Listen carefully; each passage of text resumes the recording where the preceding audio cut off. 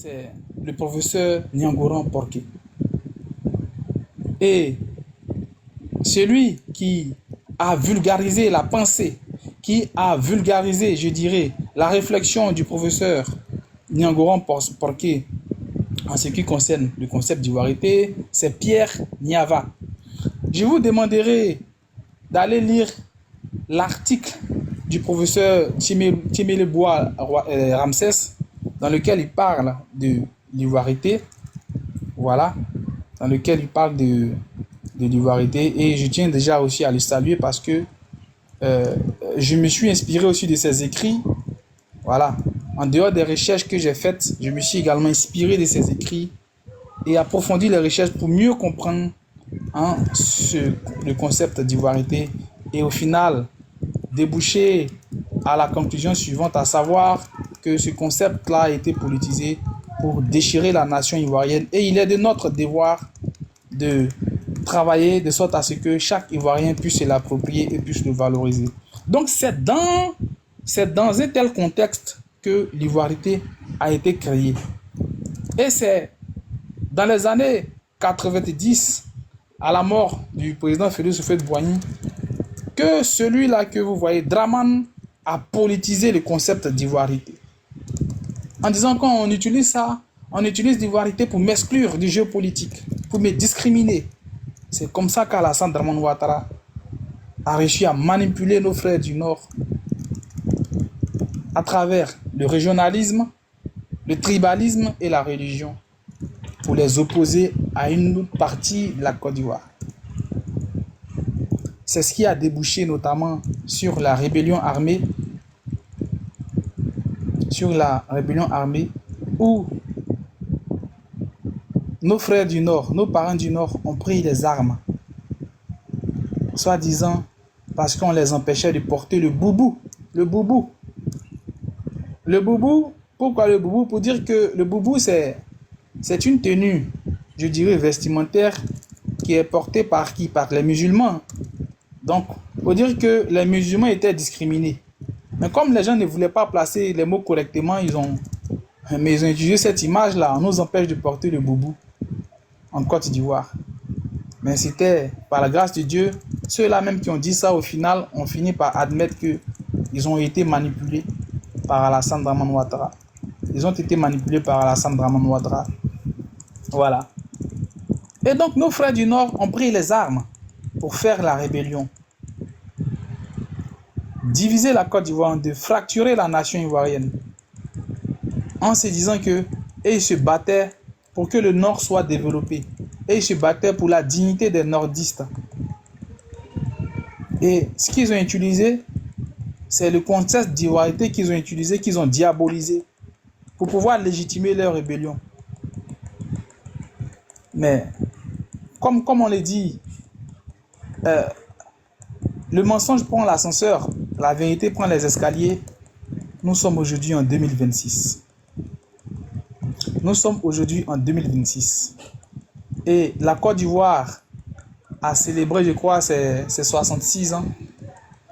Et l'ivoirité aussi, vu que l'ivoirité est née précisément en 1974, l'ivoirité a célébré, en tout cas, plus de 50 ans. Voilà, on se doit de célébrer les plus de 50 ans, plus d'un demi-siècle d'ivoirité. Donc, l'ivoirité, c'est quoi l'ivoirité en 2026? Je vais vous expliquer de façon très simple ce que c'est que l'ivoirité, parce que là, on était vraiment plus dans un discours universitaire. Je n'avais pas le choix que de me référer aux précurseurs, à tous ces maîtres-là qui ont théorisé l'ivoirité, qui ont conceptualisé l'ivoirité. Donc, il fallait que j'adopte, je tienne un discours universitaire. Mais là, je peux me permettre maintenant de vulgariser, de définir l'ivoirité à la sauce ivoirienne, c'est-à-dire dans ce 21e siècle, en 2026. C'est quoi l'ivoirité? C'est quoi l'ivoirité? Comment définir l'ivoirité aujourd'hui en 2026? Que vous qui êtes là, vous qui m'écoutez, je sais que vous êtes de toutes les régions du nord, du sud, de l'est, de l'ouest. Donc, vous posez la question, ah mais tout ce qu'il a dit là, oui, l'ivoirité, mais c'est quoi l'ivoirité? Je vois une Zamblé, une Lou Zamblé sur le live. Je vais prendre des noms. Hein. Je vois un Damsi de New York. Je pense que. Et je vois un Issa Bamba. Donc, Lou Zamblé est le gourou. Issa Bamba, je pense que c'est un petit, soit il est sénoufo, bien il est, voilà, quelque part au nord là-bas. Je pense qu'il pourrait être sénoufo. Donc, Lou Zamblé, retenez ces noms. Lou Zamblé qui est gourou. Issa Bamba, il est sénoufo. Hein, je vais prendre. Djé Béranger Kofi. Djé Béranger Kofi. Le nom Kofi, en tout cas, c'est un nom du centre. Voilà, du centre ou de l'Est. Donc, je vais prendre qui encore Oka, voilà. Odette amenant Oka. Oka, je pense que c'est les Baoulés, non? Voilà, les Baoulés. Donc là, on est au centre. Je vais prendre. Je vais prendre qui encore? Qui encore? Je vais chercher. On a déjà eu une Zamblé Gourou, non? Voilà, je vais prendre qui encore? Je vais chercher un autre nom du sud. Qui est du sud? Qui est du sud? Je vais attendre. Bon, Angèle Kwame. Angèle Kwame aussi un peu. Voilà, les sudistes, apparemment, ils ont des noms Kwame, ils ont des noms Kwaku. Donc, vous voyez un peu. On va prendre 4 Ivoiriens. Nous sommes en 2026. Yapi. Yapi, merci beaucoup. Yapi Atier. Yapi Atier. Voilà. Donc, on prend 4 Ivoiriens. Un Ivoirien. Chantal, bonjour. Un Ivoirien du Nord. Un Ivoirien du Sud. Un Ivoirien du Nord, du Sud. Un autre de l'Est. Un autre de l'Ouest. Vous allez comprendre, vous allez bien comprendre ce que c'est que l'ivoirité. Et un autre du centre. Donc, 5 Ivoiriens. Qui se retrouvent par exemple en Chine. 5 Ivoiriens. Un du Nord.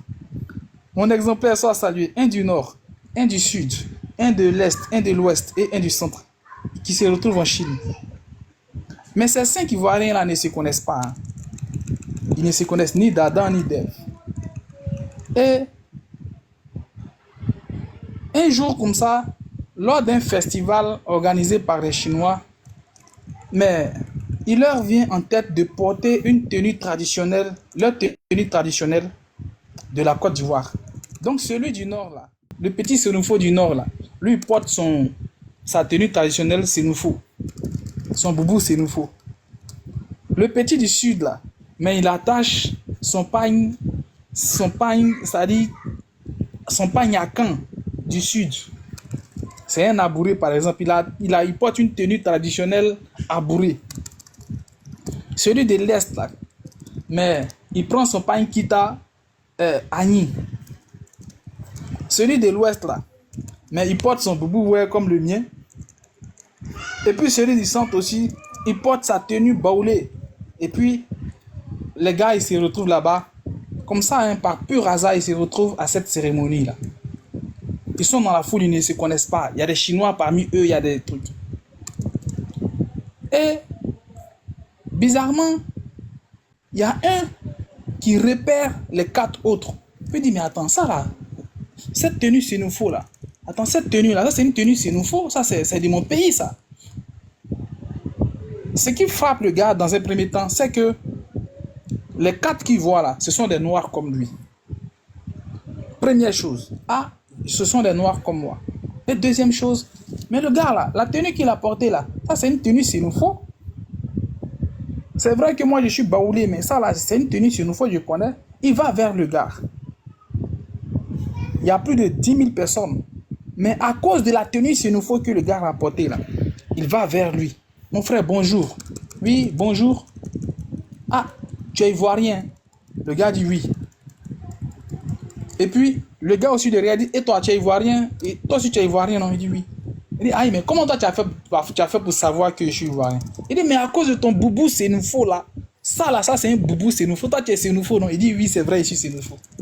Et lui aussi lui dit, mais toi tu es baoulé, non? Parce que ça là, le kita que tu as porté là, ça c'est un kita baoulé, dit oui. Ils n'ont pas vu, ils ne connaissent pas leur nom. Sans avoir même vu la pièce d'identité du gars, il connaît déjà son ethnie, il connaît déjà sa région, il connaît déjà son ethnie. Et les 2 autres remarquent, les 2 autres identifient les 3 autres là, ils vont faire, ah mon frère, toi là, toi tu es Wobé, non? Mais tu es guéri, non? Ah mais comment les gars, comment, mais ça tu as porté un boubou, ouais. C'est ça l'ivoirité. C'est ça l'ivoirité. le patrimoine de la Côte d'Ivoire. L'ivoirité, c'est ça le patrimoine culturel de la Côte d'Ivoire. Permettre, à travers ce patrimoine culturel-là, pouvoir identifier l'Ivoirien. Tu prends un Ivoirien qui a porté cette tenue, il est sur la planète Mars. Si vous voyez quelqu'un qui est sur la planète Mars, vous voyez un astronaute, même qu'il soit blanc, si vous le voyez sur la planète Mars, qu'il a porté ça, vous savez que soit il a un parent qui est ivoirien, ou alors le gars il a vécu en Côte d'Ivoire. C'est ça la l'ivoirité. Je vais prendre un autre exemple. Ça, j'ai pris la tenue. On va prendre 4 Ivoiriens. Cette fois-ci, ils se retrouvent aux États-Unis. Ils se retrouvent, par exemple, dans un, un fast-food. Ils se retrouvent dans un fast-food.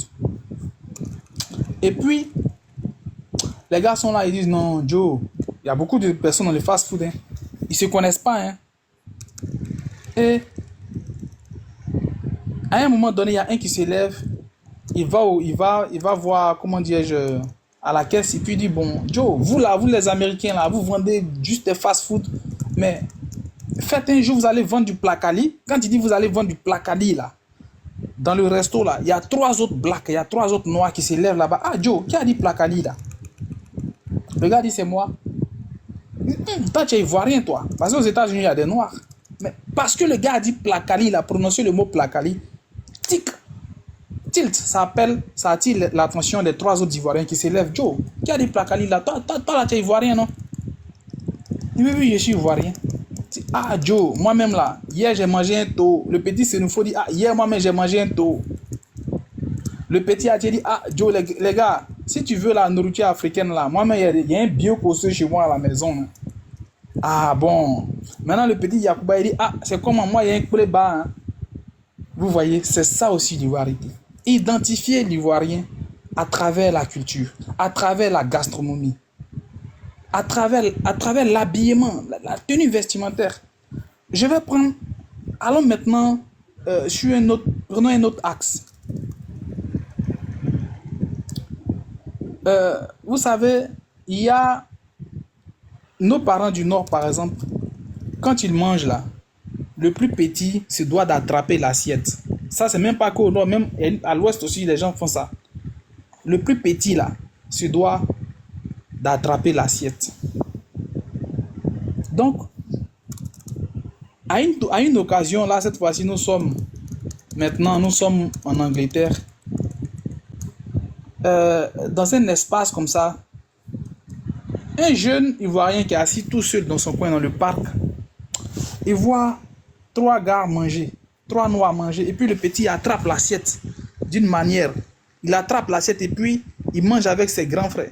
Maintenant, le gars, il identifie la façon de manger, il va vers eux, il dit, Joe, les gars, vous là, vous êtes des petits Sénoufos. Les gars disent, mais comment tu as fait pour savoir? Il dit, non. C'est à travers votre façon de manger. Ça, c'est une tradition. C'est une tradition. Ça, c'est une tradition. Donc, l'ivoirité, c'est ça. La synthèse culturelle des peuples de Côte d'Ivoire. Ça, je me suis basé sur je dirais, l'aspect, par exemple, l'habillement, la gastronomie, la tradition. Je peux rentrer dans d'autres choses. Hein. Voilà, je n'ai pas voulu prendre la danse parce que c'est quelque chose de très improbable que tu arrives, par exemple, soit à New York et puis en plein festival d'hip-hop, tu vois un gars danser, est en train de faire du zaouli. Ça, c'est peu probable. Quoi. Voilà pourquoi j'ai pris ces exemples-là qui peuvent facilement être compréhensibles au fait. Donc, je vais poursuivre pour dire aujourd'hui que le langage, justement, je viens, pour dire aujourd'hui que ajouter à cela, il y a la langue. Maintenant, quand tu vas, par exemple, tu es en Australie, si tu entends ah, Mikoskulu, tu entends Mikoskulu. En Australie, là-bas, là, ça parle anglais, mais quand tu vois un monsieur dire Mikoskulu, Midi allié, tu sais que c'est un Nakan, soit c'est un Nani. C'est un Nani qui est là. Ah, mon frère, toi là. Il y a aussi l'ethnie, la langue. Est-ce que vous comprenez? Mais pour moi, en 2026,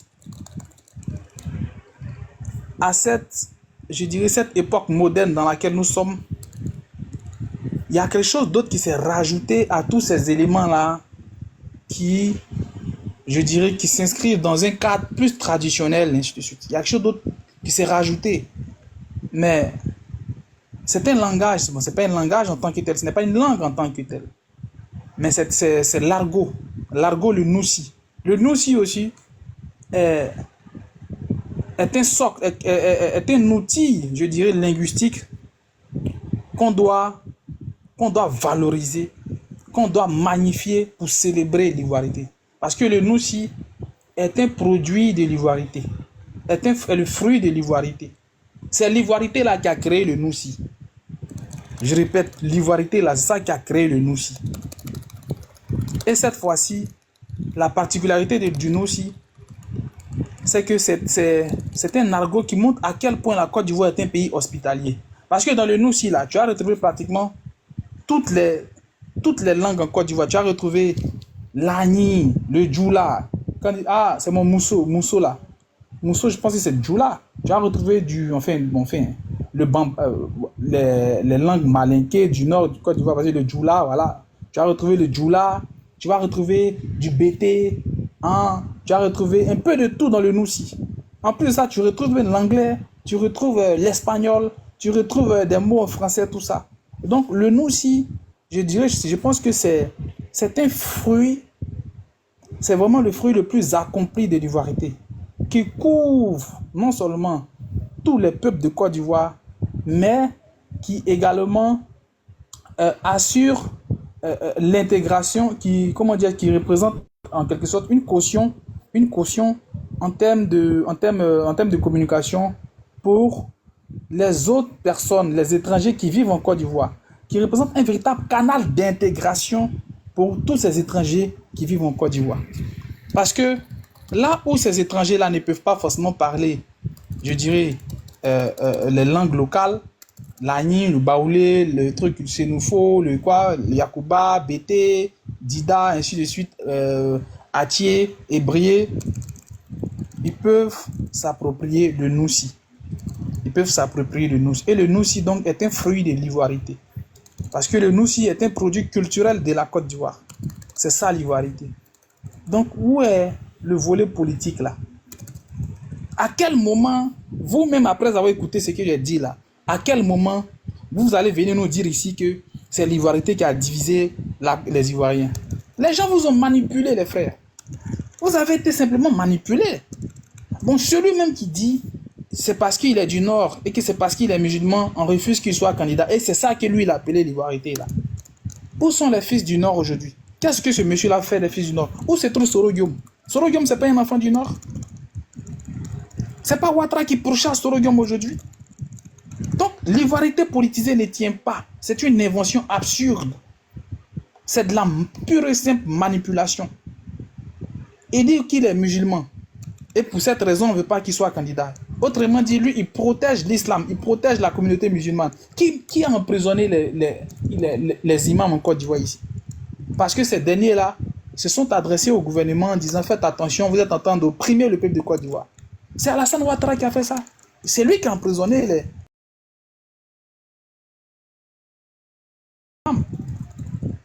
Qui a cassé, qui a détruit des mosquées en Côte d'Ivoire? Le lieu de culte des musulmans. Mais c'est Alassane Dramane Ouattara. Donc les frères, qui est Dramane? Dramane est un imposteur. Dramane est la gangrène de la Côte d'Ivoire. Dramane qui refuse de reconnaître ce qui s'appelle Alassane Dramane Ouattara est la gangrène de la nation ivoirienne. Dramane est l'ennemi à abattre, est l'homme politique qu'on doit chasser du pouvoir. Vous voyez la situation aujourd'hui, vous voyez comment vous souffrez, vous voyez comment ils sont en train d'asphyxier économiquement le peuple de Côte d'Ivoire. L'Ivoirien a perdu sa joie de vivre. L'Ivoirien est en train de perdre sa joie de vivre. Les populations sont stressées. Les factures exorbitantes. À chaque fois, il y a des augmentations. Aujourd'hui, c'est le carburant. Demain, c'est l'huile. Après-demain, c'est la viande. Des gens qui lorsque le kilo de viande était à 1700, il se posait la question de savoir si c'est la guerre en Côte d'Ivoire. Aujourd'hui, là, le même kilo de viande est à 3000 francs sous ce pouvoir-là. C'est ça la réalité. C'est ça la réalité. Donc, Ouattara, mais c'est l'ennemi de la nation ivoirienne.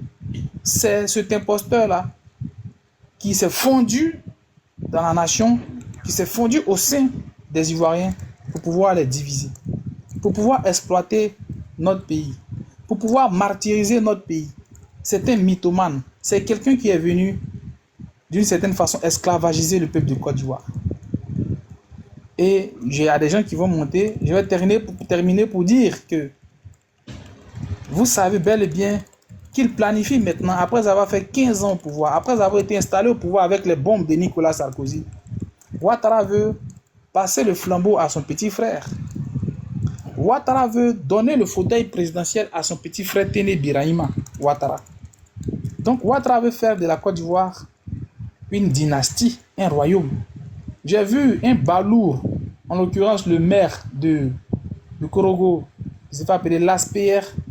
Je l'ai vu demander aux Ivoiriens de prendre un jour férié où pendant 5 minutes, tout le peuple de Côte d'Ivoire va applaudir Alassane Ouattara. Un gars qui ne sait pas s'exprimer, un gars qui est archi nul et qui est le maire de la 4e plus grande commune de Côte d'Ivoire, qui est maire de Korogo. Ah, mes petits esclaves, s'il nous faut qu'ils soient intelligents comme ça là. Ouais, c'est Laspierre qui est le maire de Korogo. La Côte d'Ivoire, vraiment, nous avons touché le fond. Nous avons touché le fond. Donc l'ivoirité, ça ne sert pas à exclure les étrangers. L'ivoirité est un canal d'intégration des étrangers. Est un canal par lequel tous les peuples en Côte d'Ivoire, vraiment, le canal par lequel tous les peuples en Côte d'Ivoire se retrouvent, s'unissent, célèbrent l'hospitalité, la convivialité, l'amour, célèbrent la nation ivoirienne. C'est également le canal par lequel l'ensemble des peuples de Côte d'Ivoire acceptent les personnes qui viennent d'ailleurs, acceptent les étrangers, tendent la main aux étrangers pour qu'ils puissent s'intégrer dans la nation ivoirienne. C'est ça l'ivoirité. Quand vous voyez un Chinois parler de nous, si vous êtes content, vous êtes fier, vous savez que le gars là, il a vécu en Côte d'Ivoire, ou il connaît la Côte d'Ivoire. Vous parlez avec lui comme un Ivoirien. C'est ça l'ivoirité. Donc l'ivoirité, c'est un concept culturel. Ça ne sert à rien de politiser ce concept-là. Ça ne sert à rien. L'ivoirité est un concept culturel. Ouattara a manipulé nos parents du Nord. Il a manipulé nos parents du Nord. Aujourd'hui, regardez à quoi ressemble le Nord. Il dit, soi-disant, il s'est battu pour être président pour ses frères du Nord. Mais regardez, à Korogo, à Odiéné, qui soi-disant est la ville natale de la mère d'Alassane Ouattara, les femmes accouchent à même le sol. Allez à l'hôpital général, au CHR d'Odiéné. Mais les gens accouchent à même le sol. C'est ça le résultat de 15 ans de gestion d'Alassane Dramane Ouattara. Très chers Ivoiriens, je pense avoir été long, j'ai répondu à la question qui est Dramane, pourquoi Dramane, comment il est arrivé dans la politique ivoirienne, comment il a divisé les Ivoiriens, qu'est-ce qu'il a utilisé pour diviser les Ivoiriens. Je pense avoir vraiment été assez clair. Si vous avez des questions, si vous voulez rajouter des informations, il n'y a pas de problème. Ceux aussi qui veulent débattre, il n'y a aucun problème ici. Là, on parle dans le respect. Voilà, dans le respect. Donc, quand tu as refait là, tu as refait carrément la devanture en faisant là, c'est ça que ça l'a versé dessus. Il faut dire ça. Excusez-moi. Donc, c'est quoi son nom, je vois? Frédéric Metch, allez-y, on vous écoute. On va donner 3 minutes pour faire tourner la parole. Quand arrive, 3 minutes, chacun aura 3 minutes de temps de parole quand arrive, comme ça. Allez, Frédéric, allez-y, on vous écoute.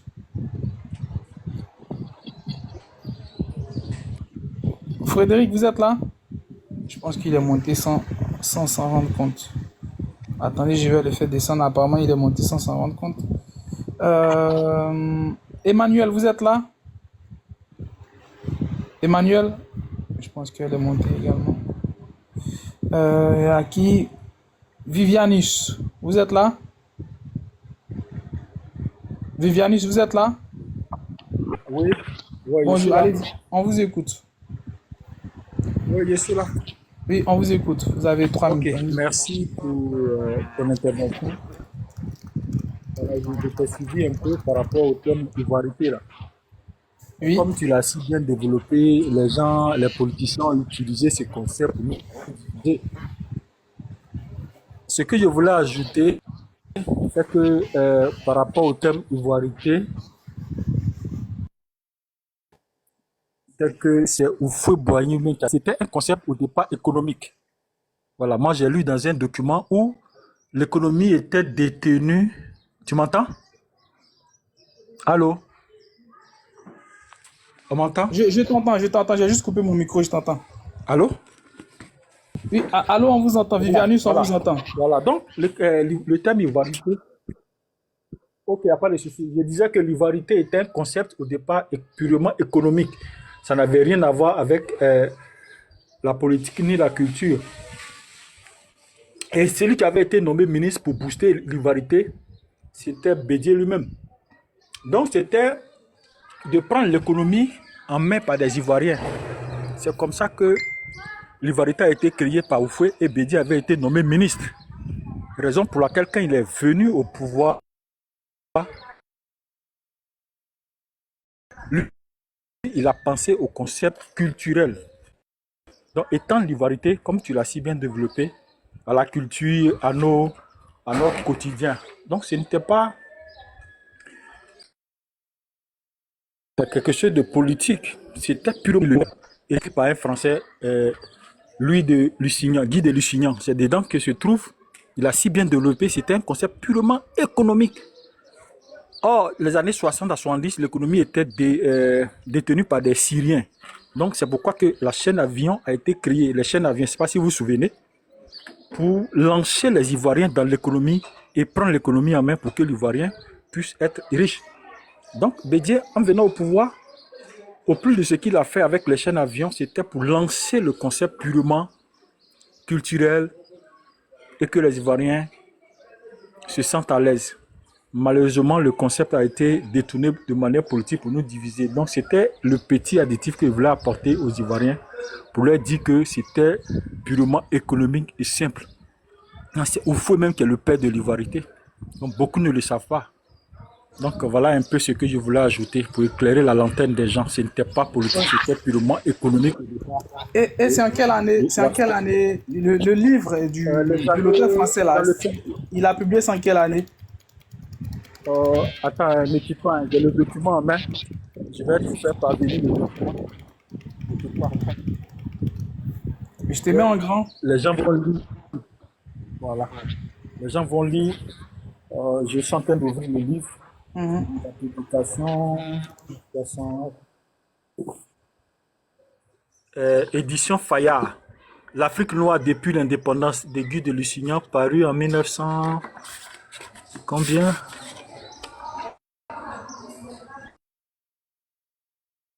Édition Fayard, et je ne vois pas. Édition, je vais à la dernière page. Publié en 1900. Bon, je vais prendre en 1970. Voilà. Tu m'entends? Oui, je t'entends. Allô? Donc, ça a été publié en 1970. Voilà, l'auteur c'est Guy de 70, Guy de Lusignan, l'Afrique noire. D'accord. Et est-ce que dans ce livre-là, il est écrit clairement le mot ivoirité? Oui, ivoiriser l'économie. Voilà. On dit, Bédié avait été nommé ministre pour ivoiriser l'économie. C'était le concept qui était là, ivoiriser. Donc, quand il est venu au pouvoir, c'est là qu'il a créé le terme lui-même, ivoirité, quand il avait pris le pouvoir. Sinon, c'était pour ivoiriser l'économie. Oui, effectivement. Merci pour la référence, mais peut-être il y a une nuance entre l'ivoirisation Voilà. et ivoiriser. Voilà. Il y a une différence entre ivoiriser et ivoirité.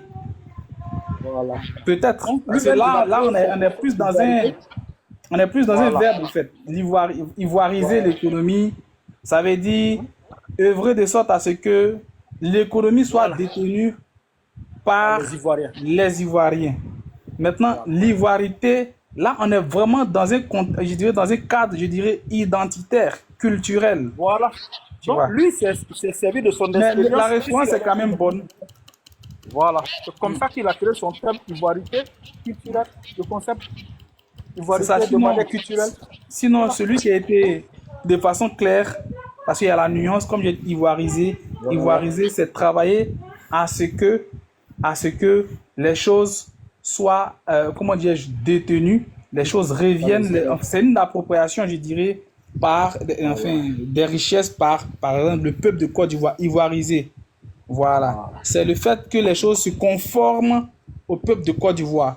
C'est le fait que les choses soient détenues par le peuple de Côte d'Ivoire. C'est le fait que le peuple de Côte d'Ivoire prenne le lead sur, par exemple, j'espère un secteur ou alors dans un domaine particulier. Mais ivoirité, là, c'est un peu différent. Mais merci pour la référence. D'ailleurs, tu pourras peut-être me l'envoyer par message. Ça m'intéresserait également de lire ce livre-là.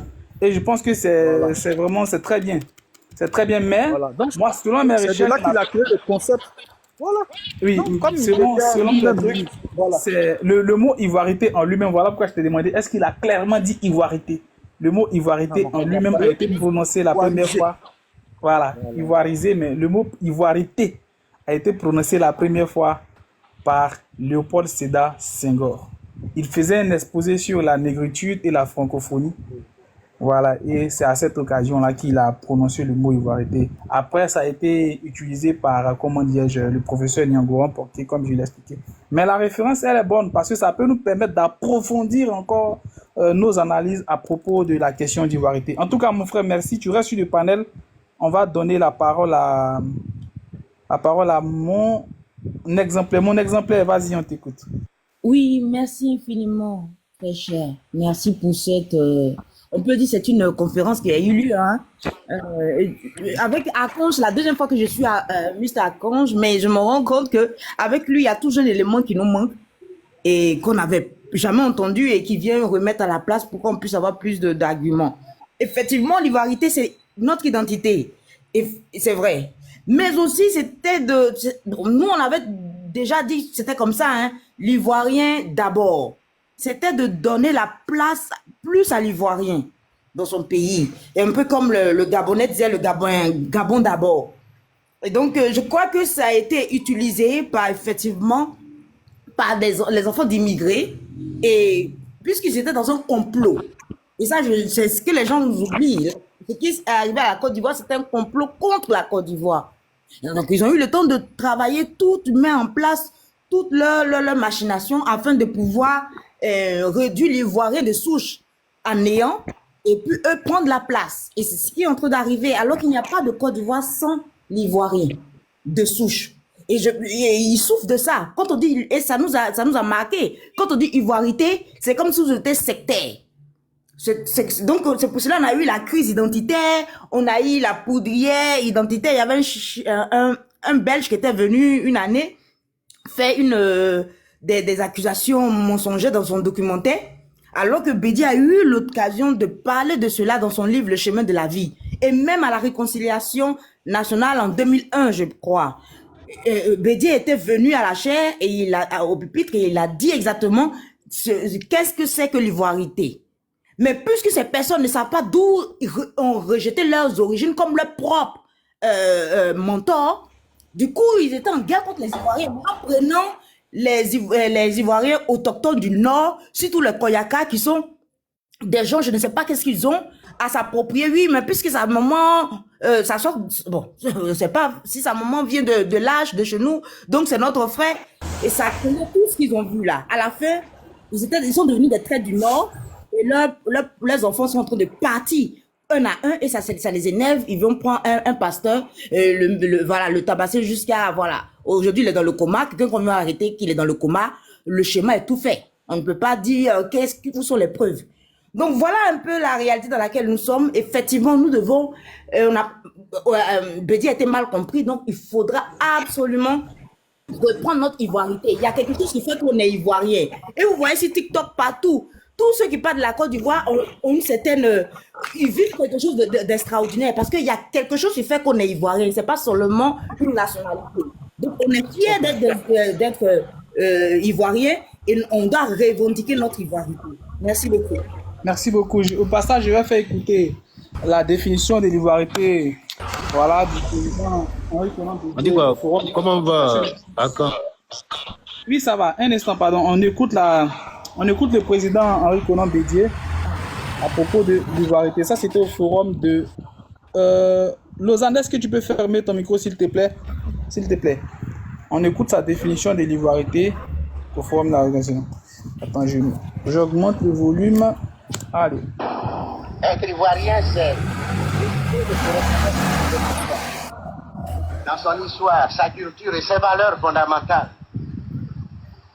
pour réussir le saut formidable d'une conscience tribale ou ethnique à une conscience nationale. Il faut un ressort culturel et identitaire. Ce ressort doit être solide comme un point fixe et ce point fixe s'appelle l'ivoirité. Celle-ci n'est pas une donnée juridique comme le sont la nationalité et la citoyenneté, contrairement à ce que beaucoup écrivent. L'ivoirité est un concept traduisant un projet culturel pour réaliser une synthèse harmonieuse entre les traditions de nos diverses tribus ethniques dans leur quête de modernité. Ce projet, à peine conçu, a été dénaturé artificiellement et placé au cœur d'une polémique amplifiée par des médias affidés et déchaînés. L'objectif de cette polémique est bien sûr politique. Il fallait détourner l'ivoirité de son sens en l'accusant d'être un frein à l'intégration de certaines personnes à la nation. Voilà. Ça, c'est Bédié qui vient de parler, le président Henri Konan Bédié, de définir l'ivoirité. Les frères, donc nous, il est de notre devoir de nous battre. Parce que la Côte d'Ivoire, là, c'est notre pays. Hein. Les gens vont vous laisser manipuler par tout et n'importe qui. Oui, l'ivoirité et des intellectuels ivoiriens, c'est là même le drame. Des intellectuels ivoiriens même diabolisent l'ivoirité. Mais si nous-mêmes on ne s'approprie pas l'ivoirité là, qu'est-ce qui va nous rester? Qu'est-ce qui reste comme socle à la nation ivoirienne? Le socle de notre nation, c'est l'ivoirité. L'ivoirité est le socle de la nation ivoirienne. On doit se battre, on doit valoriser l'ivoirité.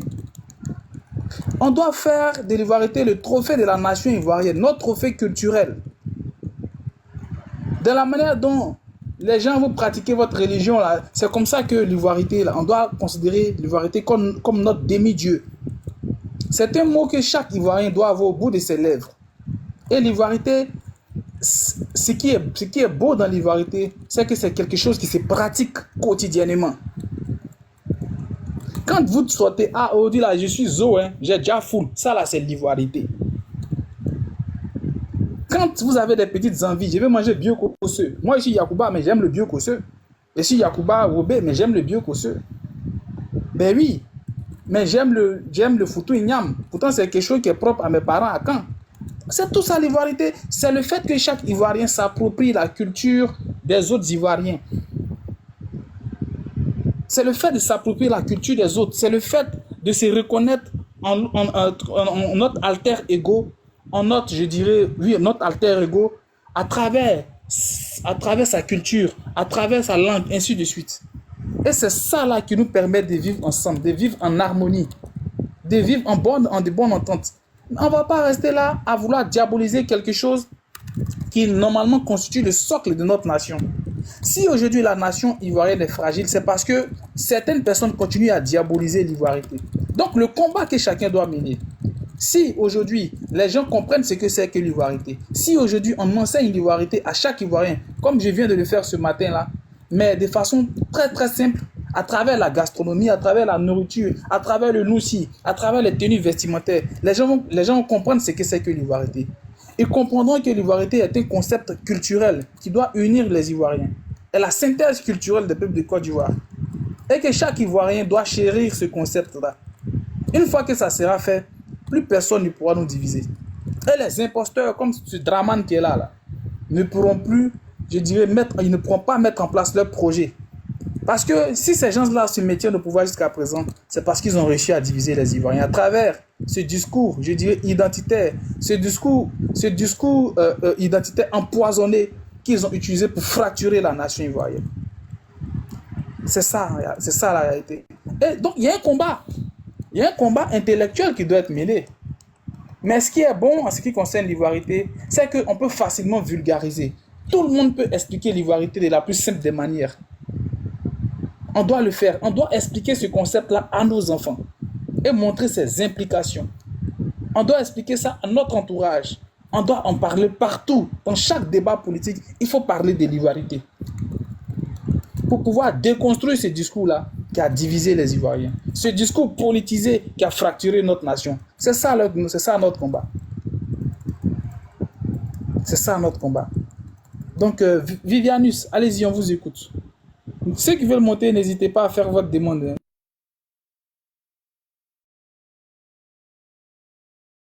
Bon, moi, j'ai pas trop grand chose à dire encore. Hein. Voilà. D'abord, c'est qu'on se reconnaisse dans ce concept d'ivoirité. Parce que c'est ce concept-là qui nous identifie partout où on est, comme tu l'as si bien développé. Hein. Partout où on est, quand on déploie notre argot, on sait que nous sommes ivoiriens. Donc l'ivoirien s'identifie par l'ivoirité partout où il se trouve. Donc il faut qu'on défende ce concept. Et pour que l'ivoirien se sente à l'aise, il faut qu'on s'approprie même ce concept maintenant. Donc voilà ce que j'ai ajouté. Bien, merci bien. Je pense que mon exemplaire, tu as un truc à rajouter avant qu'on ne passe à la deuxième partie parce que moi je dois parler. Effectivement, effectivement. Oui, bravo. Il y a longtemps, je n'ai pas écouté cette partie-là. Merci de nous avoir fait sortir cela. On m'entend? Allô? Oui, et ça fait que c'est vraiment... Il faut qu'on s'approprie l'ivoirien. Oui, effectivement, Bédier, je me souviens très bien que Bédier, je m'ai resté dans le début de mon adolescence, mais je me souviens très bien que c'était si bien expliqué. Il a pris tout son temps, n'a pas parlé rapidement, tout son temps pour expliquer cette ivoirité. Et après, on nous sort un mensonge grotesque qui vient d'un complot contre la Côte d'Ivoire et le peuple ivoirien parce que les gens, dès qu'ils voient la Côte d'Ivoire, ils sont émerveillés, ils sont habités dans un démon qui ne dit pas son nom et ils veulent arracher ce qui nous appartient. Et nous mettre, enfin, ils veulent nous voir disparaître même et prendre notre terre parce qu'ils croient qu'il y a là, cette terre-là, sans la Côte, sans le peuple ivoirien qui est un gène, c'est un ADN spécifique, c'est un esprit spécifique à l'ivoirien. Regardez sur TikTok. Regardez sur TikTok, tous ceux qui apprennent à connaître l'ivoirien cherchent à savoir qu'est-ce que c'est que l'ivoirien. Ce sont les autres qui commencent à faire comment on appelle cela, qui sont en train de faire notre publicité, la publicité de l'ivoirité de Bédier, bien au-delà. Je viens d'apprendre avec vous que c'est eux qui sont en train de faire notre publicité, c'est eux qui sont en train de valoriser ce qu'on est en réalité. Que pourquoi les Ivoiriens vous parlez comme ça? Pourquoi les Ivoiriens vous réfléchissez comme ça? Pourquoi les Ivoiriens sont solidaires? Pourquoi les Ivoiriens sont comme l'éléphant? Parce que l'Ivoirien, c'est l'éléphant. Donc il y a toute une histoire à faire, il y a toute une étude sur l'Ivoirien, c'est qu'il est en réalité. Et ils ont peur parce que ils rêvent être nous, même s'ils sont venus avec nous, mais ils ne sont pas nous parce qu'ils ont du mal à avoir notre cœur. Le cœur ivoirien est propre à l'ivoirien. C'est pas parce que je peux voir quelqu'un, je peux savoir qu'il est 50% ivoirien. Il n'est pas 100% ivoirien. Ce n'est pas de la discrimination, c'est quelque chose que même les gens qui sont sur TikTok arrivent à voir. Mais je suis vraiment contente et puis on peut continuer. Effectivement, je pense que les gens ont peur de dire qui est le véritable problème dans ce conflit, ce complot contre la Côte d'Ivoire. Et je vous encourage. Merci. Merci bien, merci bien. Vivianus, vous voulez ajouter un truc? Je crois que... Oh non, j'ai plus rien à ajouter. Tu as tellement si bien développé. C'était la partie que je voulais ajouter là, qui était là. Vraiment, j'écoute. Super. En tout cas, je vais passer à la deuxième partie du live parce que lui, j'ai remis encore sa photo hier. Voilà. Hier, j'ai fait un petit live sur lui, les hommes de TBO. Les hommes de TBO. Parce que les Ivoiriens, n'ont pas encore compris ce qui est en train de s'y passer. Et je veux dire que quand on vient faire des lives là, beaucoup se disent mais ce n'est pas utile. Vous perdez votre temps. Ouattara est au pouvoir. Au fait, le véritable enjeu, ce n'est pas que Ouattara se maintienne au pouvoir ou pas. Ce n'est pas ça. Parce que Ouattara là, c'est un être humain. Ouattara monte en descend. Comme tout être humain, il va mourir. Donc à nos détracteurs là, ça ne sert à rien de vous fatiguer. À venir dire ici, oui, vous êtes haineux, Ouattara 100 ans au pouvoir, les gars. Vous perdez votre temps. Mais nous, ce que nous voulons vous faire comprendre, c'est que ce pouvoir-là n'a plus rien à proposer aux Ivoiriens. Ils n'ont absolument plus rien à proposer aux Ivoiriens. Parce que, vu la situation actuelle, surtout au niveau économique, vu l'asphyxie que subissent les Ivoiriens, moi, ce que je vois, c'est clair. C'est qu'il y aura une implosion de ce système-là.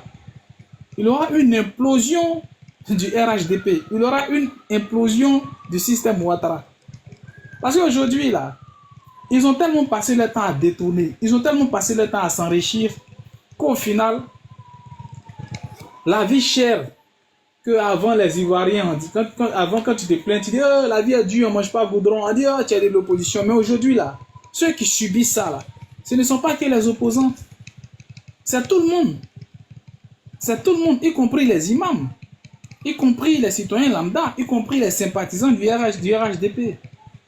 Et malheureusement, les choses iront de mal en pire.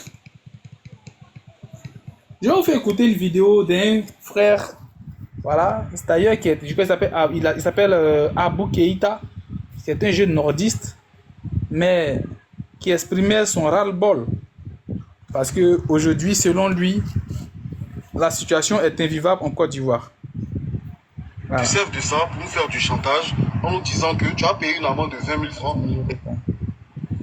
Le pouvoir que vous donnez aux policiers et aux gendarmes de ce pays-là, voilà ce qu'ils font de ça.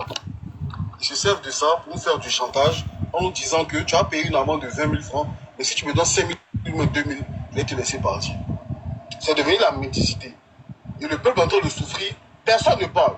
Quand Mabio va faire une sortie, tout le monde sera là-bas. J'ai rien contre elle, hein. J'ai rien contre le divertissement en Côte d'Ivoire. Mais un moment là, apprenez à ouvrir votre bouche quand les choses se passent mal. Un moment, apprenez à ouvrir votre bouche quand les choses se passent mal.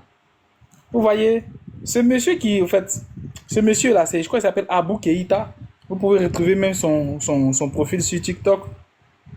Mais j'ai bien aimé cette partie-là. Mais plus loin dans son discours, il a dit, si je parle, je vais me retrouver en prison.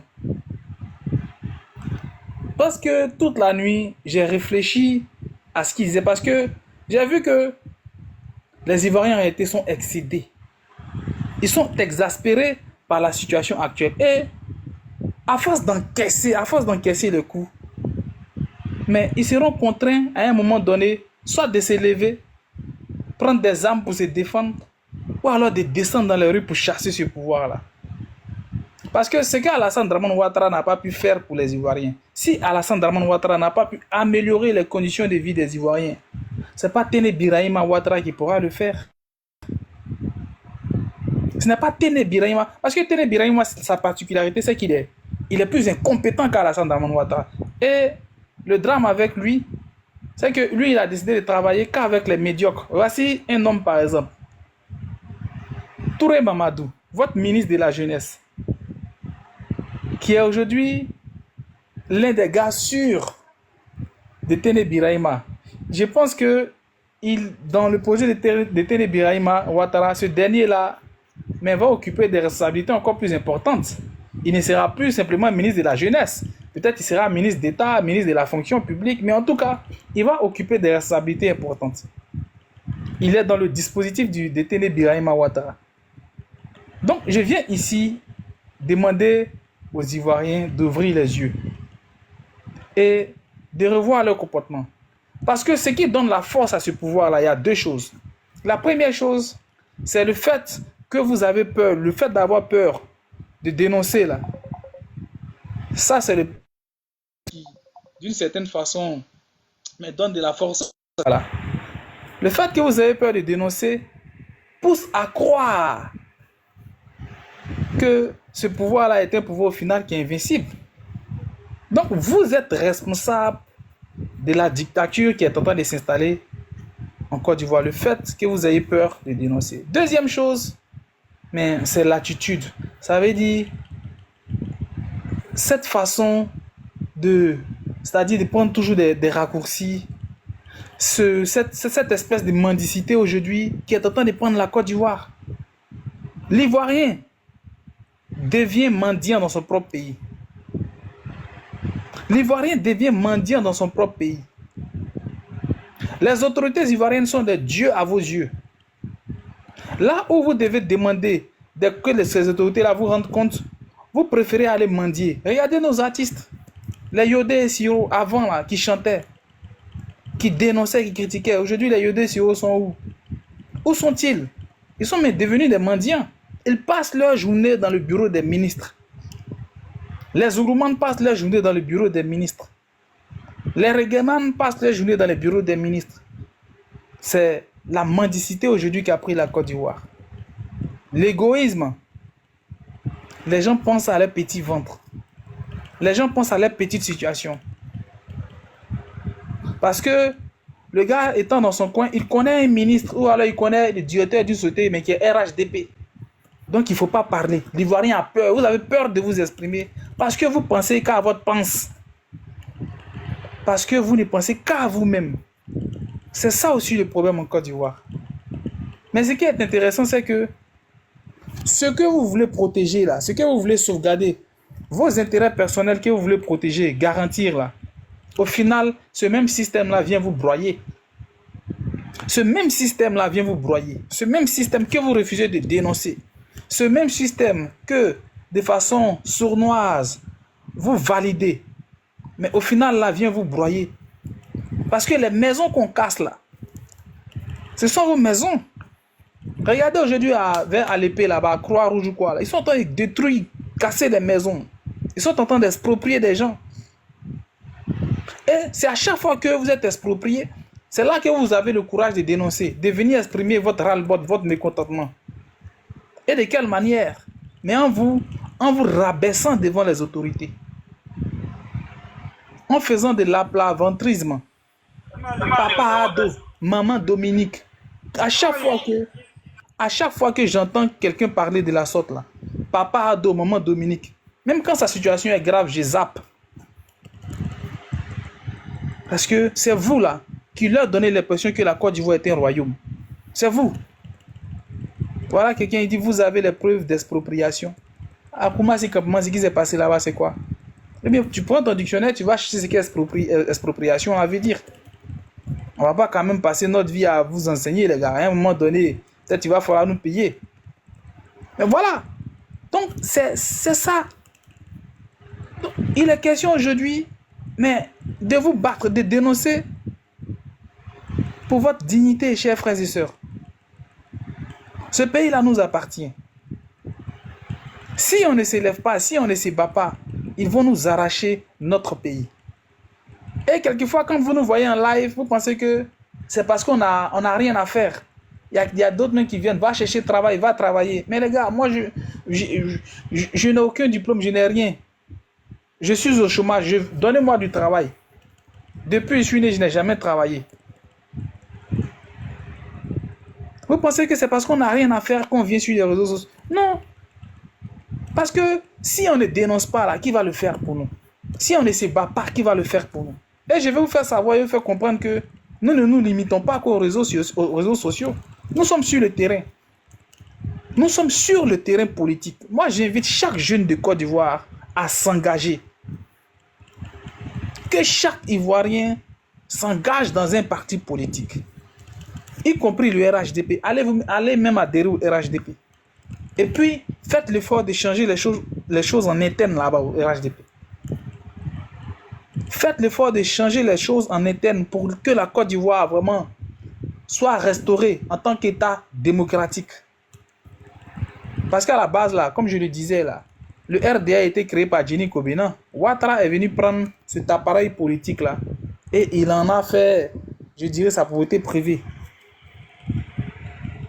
Il en a fait un outil de guerre. qui a pour mission de broyer les Ivoiriens, qui a pour mission de détruire la nation ivoirienne. Donc, comme il y a des Ivoiriens au RHDP, nous vous demandons de vous battre pour changer les choses en interne. Mais nous, là, on fait ce qu'on a à faire. Parce que ce que vous ne savez pas, quelquefois, il y a des militants du RHDP qui nous écrivent pour nous passer des informations. Là, hier, j'ai parlé de la vie, j'ai dit Touré Mamadou, là, je vous ai expliqué comment il a rencontré Adama Bictogo, je vous ai expliqué son parcours politique. Je vous ai expliqué qui il est, Touré Mamadou. Donc, aujourd'hui, nous nous acheminons vers la mise en place d'une dynastie des Ouattara en Côte d'Ivoire. Chers Ivoiriens, je pense que si on les laisse faire, si on ne se lève pas, si vous, dès maintenant, vous ne prenez pas l'habitude de dénoncer, je dis bien de dénoncer, et il y a plusieurs manières de dénoncer. Si vous ne pouvez pas faire des lives comme nous le faisons ici, si vous ne pouvez pas sortir dans les rues pour manifester, vous pouvez commenter. Si vous avez peur de commenter, certainement vous avez des informations. Envoyez-nous les informations. On ira faire des recherches. On ira voir la véracité des informations. Une fois que c'est fait, on viendra dénoncer à votre place. Mais ce pouvoir-là n'a plus rien à proposer aux Ivoiriens. Et aujourd'hui, il règne par la terreur. Il règne par la terreur. C'est fait à dessein. C'est pour ne pas que vous ayez le courage de vous exprimer. C'est pour ne pas que vous ayez le courage de parler. Et ne tombez pas dans les pièges. Il faut parler. Il faut parler. Il faut critiquer, il faut donner de la voix. Il faut se prononcer à chaque fois qu'il y a une situation. C'est ce qui constituera la pression sociale, la pression politique sur ces derniers-là. Moi, je suis militant d'un parti politique, je suis militant du PPACI. Actuellement, au PPACI, il y a déjà des camarades qui sont en train d'attirer l'attention de la direction du parti pour dire qu'il faut en faire plus. Il faut en faire plus. Parce qu'on ne peut pas laisser la Côte d'Ivoire dans la main des Ouattara, ce n'est pas possible. Aujourd'hui, là, avec un salaire de 200 000, est-ce que tu peux t'en sortir à Abidjan? Avec un salaire de 200 000 francs CFA. Mais ça ne représente rien. Absolument rien. L'Ivoirien, aujourd'hui, est réduit à la mendicité en Côte d'Ivoire. Le monsieur disait, ce sont les policiers. Les policiers, aujourd'hui, font la manche en Côte d'Ivoire. Les gendarmes font la manche en Côte d'Ivoire. Mais c'est parce qu'ils n'arrivent pas à jouer.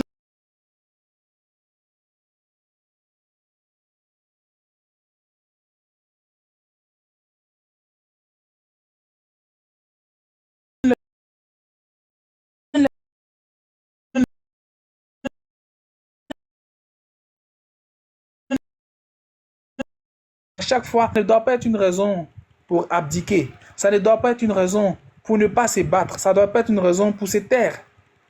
Parce que je pense que la vie est faite ainsi. Et ce qui revient très souvent, c'est que les gens nous disent, mais vous là, vous n'êtes pas en Côte d'Ivoire, voilà pourquoi vous parlez. Vous êtes en exil, vous êtes à l'étranger. Mais les gars, on était en Côte d'Ivoire et puis on s'est battu. Et puis vous pensez que ça fait plaisir à qui? Mais de ne pas pouvoir rentrer dans son pays. Ça fait plaisir à qui? Moi, je peux faire comme tout le monde, me taire. Parce que j'ai la famille en Côte d'Ivoire. Parce que j'ai mes projets en Côte d'Ivoire. Parce que j'ai mes intérêts en Côte d'Ivoire. Parce que la Côte d'Ivoire, c'est mon pays. Donc, je peux dire, bon, je ne dénonce plus, je ne parle plus. Je peux même aller adhérer au RHDP. Donc, ne minimisez pas le combat des gens. Ne banalisez pas le combat des gens. Ouattara lui-même, là, il était en exil. Le président Gbagbo était en exil. Le président Bédié était en exil. Tous ces hommes politiques-là ont été en exil. Mais ce que je veux dire au RHDP, c'est que nous n'allons pas laisser notre pays entre vos mains. Nous n'allons pas vous livrer la Côte d'Ivoire sur un plateau d'or. Parce que nous autres là, mais ils nous ont approchés. En tout cas, moi, ils m'ont approché pour que je parte militer au RHDP. J'ai refusé. J'ai refusé par dignité. J'ai refusé au nom de ma conscience, au nom, c'est-à-dire de l'amour que j'ai pour la nation ivoirienne. Parce que je me dis, mais si des gens comme moi arrêtent de critiquer, mais quel sera l'avenir de la Côte d'Ivoire? Quel sera l'avenir de la Côte d'Ivoire? Parce que le modeste combat que je suis en train de mener ici, à mon bas niveau, à mon petit niveau, là, je sais qu'il y a des personnes que ça inspire. Il y a des personnes que ça touche. Il y a des gens qui ont de l'espoir. Quand ils viennent nous écouter, quand on leur parle, il y a des gens qui ont de l'espoir. Il y a des gens qui se disent, ça va aller, ça va changer. Et ça va changer parce qu'effectivement, Ouattara n'est pas éternel. Parce qu'effectivement, son petit frère Téné Birahima Ouattara n'a pas les qualités qu'il faut, les compétences qu'il faut pour diriger un pays comme la Côte d'Ivoire. Donc, ce combat-là, on ne va jamais l'arrêter. Il ne prendra jamais fin. Je dis bien, il ne prendra jamais fin. On va mener ce combat, un bon matin, on va partir. Nos enfants vont mener ce combat, un bon matin. Parce que la vie est faite ainsi. Même aux États-Unis, la première puissance aujourd'hui au monde, là. Mais il y a des gens qui dénoncent, il y a des gens qui sont dans l'opposition là-bas, il y a des gens qui critiquent le pouvoir en place. Un pays développé comme les États-Unis, mais pourquoi pas la Côte d'Ivoire? La Côte d'Ivoire où tout est à refaire. C'est là qu'on va se taire. C'est là qu'on va se taire. Regardez le cas du pasteur, du prophète là, Jérémie. Il se trouve où en ce moment? Voici un monsieur que vous êtes allé cueillir chez lui à la maison. Vous avez défoncé son portail. Vous avez vandalisé son domicile. Ils l'ont bastonné à mort. Et vous nous faites savoir que oui, vous êtes allé le prendre pour l'envoyer, pour le traiter, pour comment dirais-je, pour lui permettre de subir une opération parce qu'il n'était pas en bonne santé. Donc en gros, vous avez cassé son portail pour lui rendre ce service-là, pour aller le soigner. Parce qu'il vous a fait savoir qu'il n'était pas bien portant. Au passage, où est-il? Où se trouve le prophète Jérémie? Où se trouve ce monsieur-là qui, habité par l'Esprit Saint, je dirais ça comme ça, mais a critiqué votre régime, a attaqué votre régime, a dénoncé votre régime verbalement? Je dis bien verbalement. Il n'est pas allé faire une rébellion. Mais cela ne vous a pas empêché de le traiter mais comme un rebelle, comme un individu dangereux, comme un individu armé, comme un terroriste. Où se trouve ce monsieur-là? Je vois des camarades qui sont en train de dire, qui annoncent déjà sa mort. Moi, j'ai pas cette information-là. Donc, je ne peux pas ici confirmer ou alors infirmer quoi que ce soit. Mais ce que je veux dire, c'est que chaque Ivoirien doit dénoncer. Chaque Ivoirien doit comprendre l'utilité, l'intérêt. À défaut de ne pas pouvoir s'exprimer publiquement, doit comprendre l'utilité, l'intérêt de prendre des informations et de nous les ramener afin que nous les traitions. Il faudrait que vous compreniez ça. Je répète, si vous ne pouvez pas faire des lives, si vous ne pouvez pas manifester, si vous ne pouvez pas commenter, si vous ne pouvez pas exprimer votre ras-le-bol, envoyez-nous des informations, nous on va en parler. Parce que ce pouvoir-là est aux abois. Ils n'ont plus de repères. Le RHDP, mais tire à sa fin. Le RHDP n'a plus rien à proposer aux Ivoiriens. Le RHDP est aux abois. Et très bientôt, mais le jour va s'élever en Côte d'Ivoire. Je répète, très bientôt, le jour va s'élever en Côte d'Ivoire. Mais le travail que nous faisons là est un travail d'éveil des consciences. On vient, nous donnons notre poitrine. Nous critiquons, nous dénonçons avec véhémence pour enlever la peur dans le cœur des Ivoiriens. Nous leur disons, vous pouvez parler. Et nous parlons fort. Nous parlons, nous critiquons avec véhémence, virulence, pour dire que ces gens-là, tout ce qu'ils peuvent faire, c'est de vous intimider. Parce que le jour où vous n'aurez plus peur, ça sera la fin de ce pouvoir-là. Le jour où vous allez commencer à vous rebeller contre ce pouvoir dictatorial-là, je vous assure que ça sera la fin du RHDP, ça sera la fin de la dictature d'Alassane Dramane Ouattara. Et on n'a pas le choix. Nous avons le dos au mur. Regardez aujourd'hui la Côte d'Ivoire appartient à qui? Qui sont ceux-là aujourd'hui qui ont la même mise sur la Côte d'Ivoire? Vous avez la réponse. Vous avez la réponse. Qui sont ceux-là qui ont la même mise sur la Côte? Vous avez la réponse. L'Ivoirien aujourd'hui est réduit à néant dans son propre pays. L'Ivoirien est réduit à la mendicité dans son propre pays. Ils sont là. Ils profitent des richesses de l'État. Je dis, les gens comme Mamadou Koulibaly, là, Mamadou Touré, quand ils viennent ici, là, à Paris, ils vont dormir sur les Champs-Élysées. Ils dorment dans les suites qui valent plus d'1 million de francs CFA la nuit. Et pendant ce temps, les Ivoiriens ont du mal à s'offrir ne serait-ce qu'un repas par jour. Vous trouvez ça normal? Les gens détournent 100 milliards. On ne les jette pas en prison. D'autres détournent 34 milliards, ils sont là, ils se pavanent tranquillement. Pendant ce temps, ceux qui crient leur ras-le-bol, ceux qui disent qu'il y a la cherté de la vie, on les jette en prison. Et quand on les jette en prison, personne ne parle. C'est parce que personne ne parle qu'ils continuent. Sinon, si vraiment ces gens-là sont courageux, là, mais ils ne vont pas aller faire des opérations en portant des cagoules. Ils portent des cagoules parce qu'ils ont peur, parce qu'ils connaissent leurs limites, parce qu'ils savent qu'un bon matin, ce peuple-là va se lever. Parce qu'ils savent bel et bien qu'aucun pouvoir n'est éternel. Nous attirons l'attention de tous, des Ivoiriens et des Ivoiriennes. Nous disons que il faudrait qu'on se lève.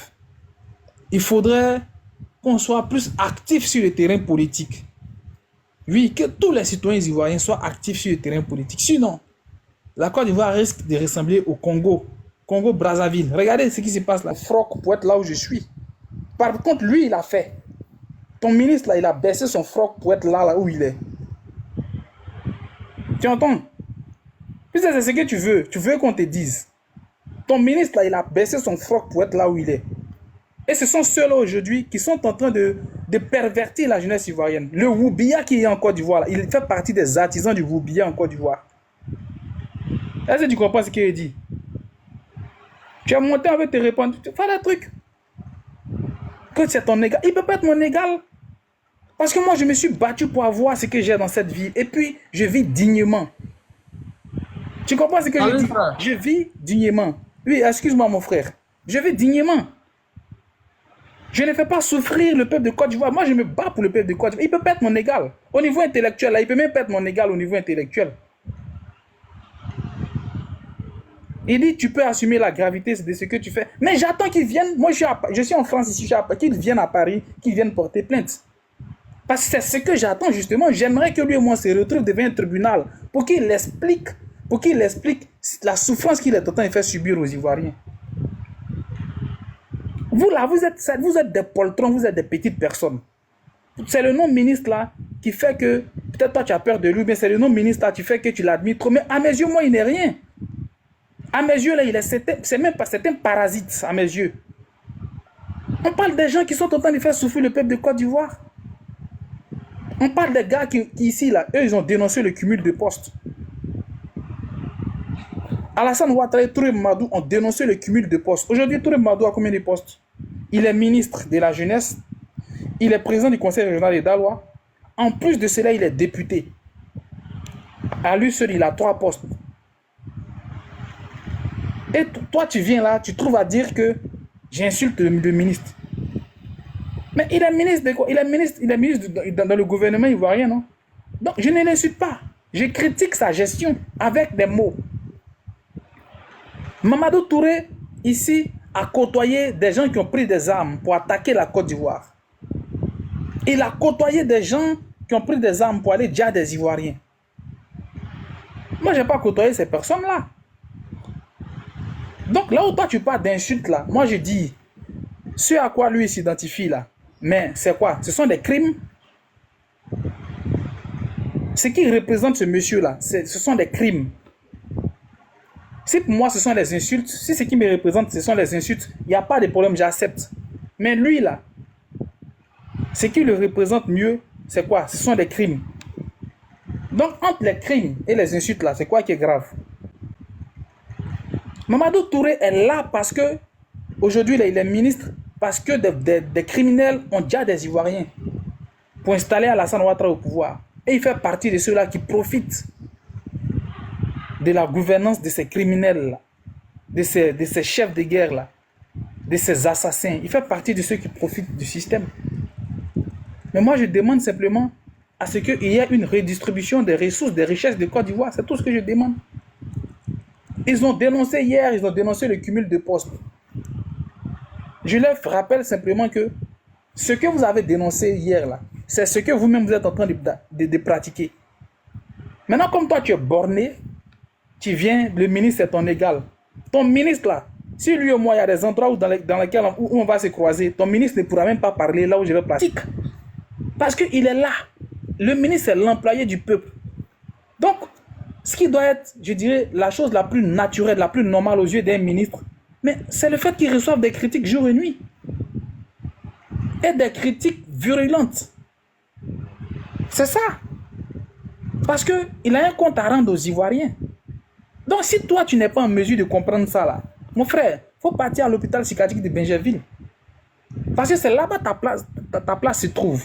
Si tu ne peux pas comprendre que le ministre doit rendre compte au peuple et que le peuple a le droit et le devoir même de critiquer la gouvernance des ministres et autres, mais c'est que va à l'hôpital psychiatrique.